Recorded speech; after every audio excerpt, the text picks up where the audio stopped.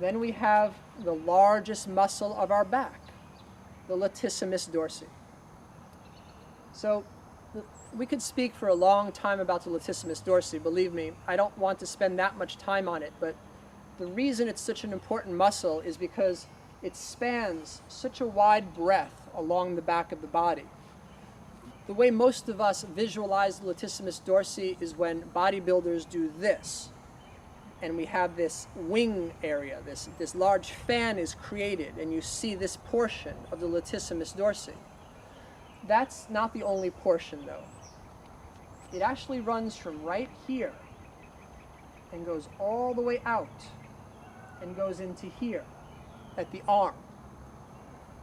One of the reasons it's such an incredibly important muscle to our movement, it is the only muscle that unifies our hips and our arms. Once again, the latissimus dorsi, known as the lats, is the only muscle that unites our hips and our arms. So, stepping back to the posture Joe did, Utkatasana chair pose, try to visualize as I sit low and I try to come real low with my hips, and my latissimus dorsi starts here, but my arms are relaxed.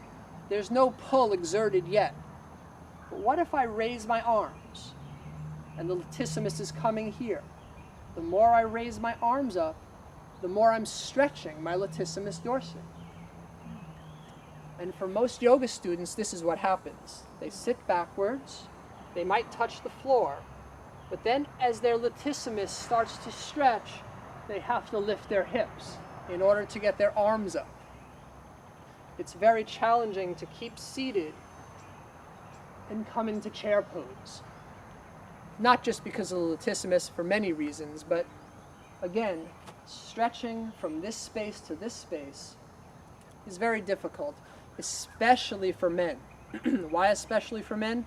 Well, generally speaking, men are tighter in their shoulders and their lats. The latissimus dorsi is specifically the muscle that is used for swimming and pull-ups. So we live in a rock climbers community here. We're doing this lecture in New Paltz, New York. This is a rock climbing mecca. A lot of the students I've had over the years are rock climbers. What do rock climbers often do? They're using their fingertips, not even their whole hand, but their fingertips to pull themselves up. When they pull themselves up, think about it, this is pulling down and this is pulling up, shortening this space. They have to use their latissimus dorsi all the time to do that.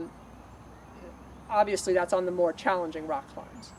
But anyway, rock climbers have very pronounced lats. Swimmers who do this, who bring their arms backwards. This is the main function of the lats. Visualize a swimming stroke. The arm comes up out of the water. It doesn't have any pressure. As soon as it splashes down once again, it's pushing against a force, right? Up out of the water, nothing, hits the water, then the latissimus has to activate, and it pushes backwards. This is called shoulder extension. The latissimus is the most powerful shoulder extender. So swimmers often, again, are very strong and large in the latissimus. An interesting thing about the lats is that they limit our flexibility not just in this motion, especially in yoga. So remember I just showed you in chair pose, when I lifted my arms, it limited the alignment of the posture. But since the lats are so big, even when we do postures like this, when we're trying to get our arms in the extended pose, let's come this way, legs wide apart, interlace your fingers behind you. So what's happening here? Harriet is doing an extension of her shoulder joint, the opposite of flexion of the shoulder joint. We would think logically that if the lats are used to extend it, that the lats would not get in the way here. She's not stretching her lats to any great degree. But if she was very tight in her lats, she would come down, and this would be about as far as her arms would be able to come from her sacrum. I've seen a lot of people like that, where the lats fan out to the side and they get in the way. Their arms cannot pass over. Now Harriet, who's not tight there, can come down. Good. And since our shoulder joint is actually the most flexible joint of our bodies, I can help her to touch down with the arms. In which case the lats are not stopping that action. Thank you. Thanks, Harriet. So again, the lats will be stretched here. When do we often do this in yoga? Every time we do downward dog. So as I've said, with people who are serious rock climbers for many years, this is what their down dog looks like. Even if their hips and hamstrings are flexible, their arms are out here.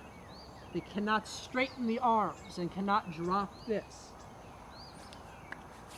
When the latissimus and the pectorals are both tight, which often go together, down dog is very compromised because of the stretch in the lats and the pectorals.